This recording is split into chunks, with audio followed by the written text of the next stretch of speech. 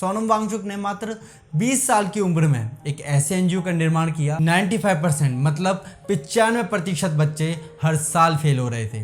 पिघलती हुई बर्फ से ऐसे आइस स्तूप क्रिएट किए,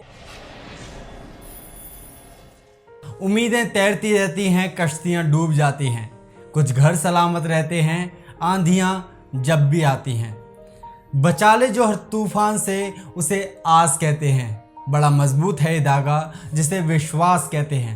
नमस्कार दोस्तों, मैं अनिल शर्मा और आज की ये इंस्पायरिंग स्टोरी है सोनम वांगचुक पर, जिनका जन्म 6 सितंबर 1966 को लद्दाख में हुआ और जिनके जीवन का एक ही लक्ष्य है बदलाव। बदलाव हमारी डेली लाइफ में, बदलाव हमारे लाइफ स्टाइल में, हमारे एजुकेशन सिस्टम में, बदलाव हमारे सोचने के तरीके में। आपकी नॉलेज के लिए बता दूं कि हाल ही में एक मूवी आई थी 3 इडियट्स, जिसमें आमिर खान ने एक किरदार निभाया था फुनसुक वांगडू का, जो इन्हीं के जीवन से काफ़ी हद तक प्रेरित भी है और फिल्म की स्टोरी का काफ़ी बड़ा हिस्सा इन्हीं की लाइफ से इंस्पायर्ड भी लगता है। सोनम वांगचुक ने मात्र 20 साल की उम्र में एक ऐसे एनजीओ का निर्माण किया जिसका काम है रिफॉर्मिंग द एजुकेशन सिस्टम, और इसी राह में सोनम वांगचुक पिछले 35 सालों से शिक्षा, प्रशिक्षण और पढ़ाई के क्षेत्र में बच्चों के उज्जवल भविष्य के लिए काम कर रहे हैं। और इस एनजीओ की शुरुआत उन्होंने तब की जब अपने कॉलेज की फीस भरने के लिए इन्होंने स्कूल के बच्चों को कोचिंग देना स्टार्ट किया, और तब इन्हें लद्दाख के स्कूलों में पढ़ रहे बच्चों का शिक्षा का स्तर पता लगा। 95% मतलब 95% बच्चे हर साल फेल हो रहे थे। ऐसा नहीं था कि बच्चे पढ़ना नहीं चाहते थे, लेकिन दिक्कत थी पढ़ाने के तरीके में, एजुकेशन सिस्टम में। और फिर सोनम वांगचुक को सारा माजरा समझ में आ गया और उन्होंने तय कर लिया कि इस सिस्टम को चेंज कर रहेंगे। और फिर इन्होंने सेकमॉल यानी कि students education and cultural movement of Ladakh NGO की शुरुआत की। इन्होंने पहले बच्चों की प्रॉब्लम को समझा और फिर उसे सॉल्व किया, और अब ये थ्योरी को प्रैक्टिकल के ज़रिए समझाने लगे। देखते ही देखते मेहनत रंग लाने लगी, और जो आंकड़ा पहले 95% बच्चे फेल होने का था वो घटकर अब केवल 25% रह गया। मतलब 75% बच्चे पास होने लगे, और वो भी अच्छी परसेंटेज के साथ। जितना स्कूल में 1 महीना पढ़ते हैं उससे ज़्यादा तो यहाँ पे 1 हफ्ता में हम लोग को कुछ ज़्यादा समझ में आता है। लद्दाख जिसे बर्फ़ का रेगिस्तान भी कहा जाता है, जहाँ सोनम वांगचुक का ये स्कूल है, जहाँ साल के 9 महीने टेम्परेचर एवरेज माइनस में रहता है, जहाँ पानी की समस्या आम बात है। मगर कहते हैं ना कि आवश्यकता ही आविष्कार की जननी होती है, और पानी की इसी समस्या को सॉल्व करने के लिए सोनम वांगचुक ने एक आसान टेक्निक के थ्रू पिघलती हुई बर्फ़ से ऐसे आइस स्तूप क्रिएट किए जो धीरे धीरे पिघलते और पूरी साल उन्हें आराम से पानी मिल पाता।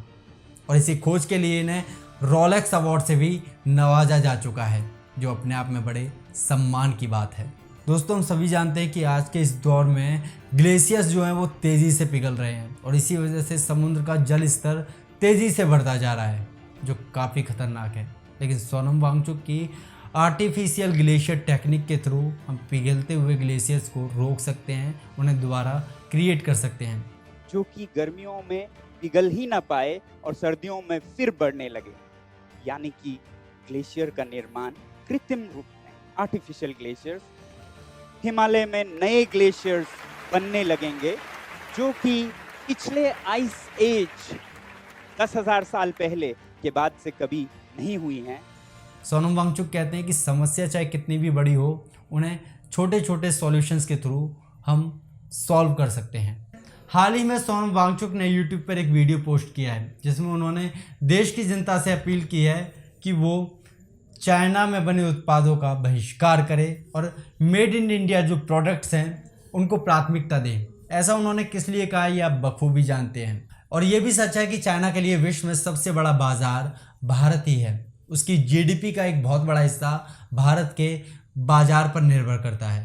तो वहीं दूसरी ओर चाइना की करतूतें, उसकी बदमाशियाँ भी हम सबके सामने हैं। इसलिए सोनम वांगचुक कहते हैं कि जो देश का सैनिक है, जो देश का रक्षक है, वो अपने बुलेट से चाइना को जवाब देगा, और देश के नागरिक को जवाब देना होगा अपने वॉलेट से चाइना को। दोस्तों, इस वीडियो से अलग एक भारतीय होने के नाते मैं आपको बता दूं कि आज भी भारत को लूटने की तैयारियां लगातार वैश्विक स्तर पर चल रही हैं, और ये काम लगातार हो भी रहा है। एक छोटे से एग्जांपल के थ्रू मैं आपको बताता हूं कि हाल ही में भारत की एक कंपनी प्ले स्टोर पर एक एप्लीकेशन लॉन्च करती है जिसका नाम होता है रिमूव चाइना ऐप। ये एप्लीकेशन आपके मोबाइल से चाइनीज़ एप्लीकेशन को पहचान कर उन्हें डिलीट करने में आपकी हेल्प करती है। लगभग 20 दिन के अंदर 6 लाख से ज़्यादा लोग इस एप्लीकेशन को डाउनलोड करके 20 लाख से ज़्यादा चाइनीज़ एप्लीकेशन को अपने मोबाइल से डिलीट कर देते हैं। इस बात से चाइना सदमे में आ जाता है और गूगल पर अपना दबदबा बनाकर, अपना दबाव बनाकर, अपनी गुंडागर्दी दिखाकर रिमूव चाइना एप्लीकेशन को प्ले स्टोर से रिमूव करवा देता है। तो ये है चाइना की गुंडागर्दी, उसका मार्केट में दबदबा।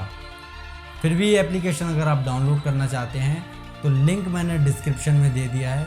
मेरी गूगल ड्राइव के थ्रू ये एप्लीकेशन आप डाउनलोड कर सकते हैं।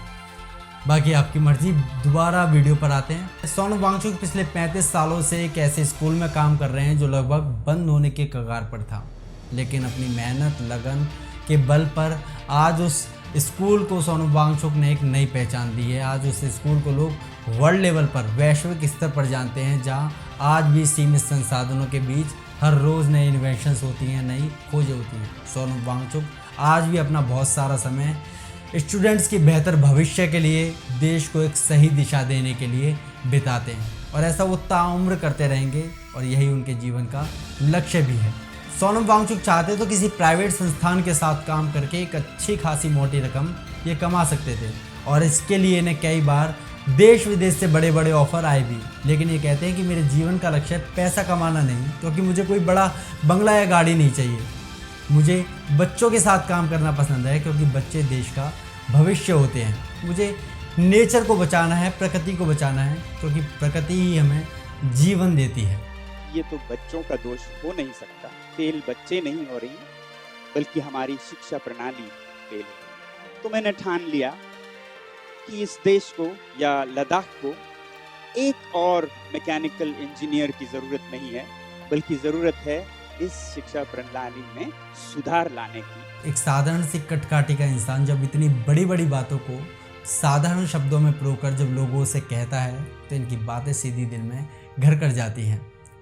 सोनम वांगचुक की बातें, उनके विचार दुनिया बदलने की ताकत रखते हैं और ये उन्होंने समय समय पर अपने इन्वेंशंस के थ्रू सिद्ध भी किया है। सोनम वांगचुक के जीवन का लक्ष्य देश की तरक्की और क्लाइमेट को बचाना है। वो अपने गांव, अपने शहर, अपने देश से ऊपर संपूर्ण मानवता की बात करते हैं। उन पे ये बात पूरी लागू होती है कि तू कोशिश करता जा, धीरे धीरे सब हो जाएगा।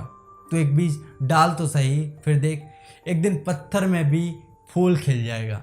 अगर सोनम वांगचुक की ये स्टोरी आपको अच्छी लगी हो तो इस वीडियो को लाइक करें, चैनल को सब्सक्राइब करें।